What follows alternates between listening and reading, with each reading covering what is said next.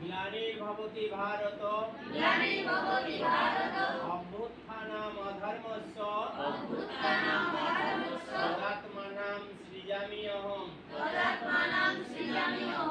यदा यदा हि धर्मस्य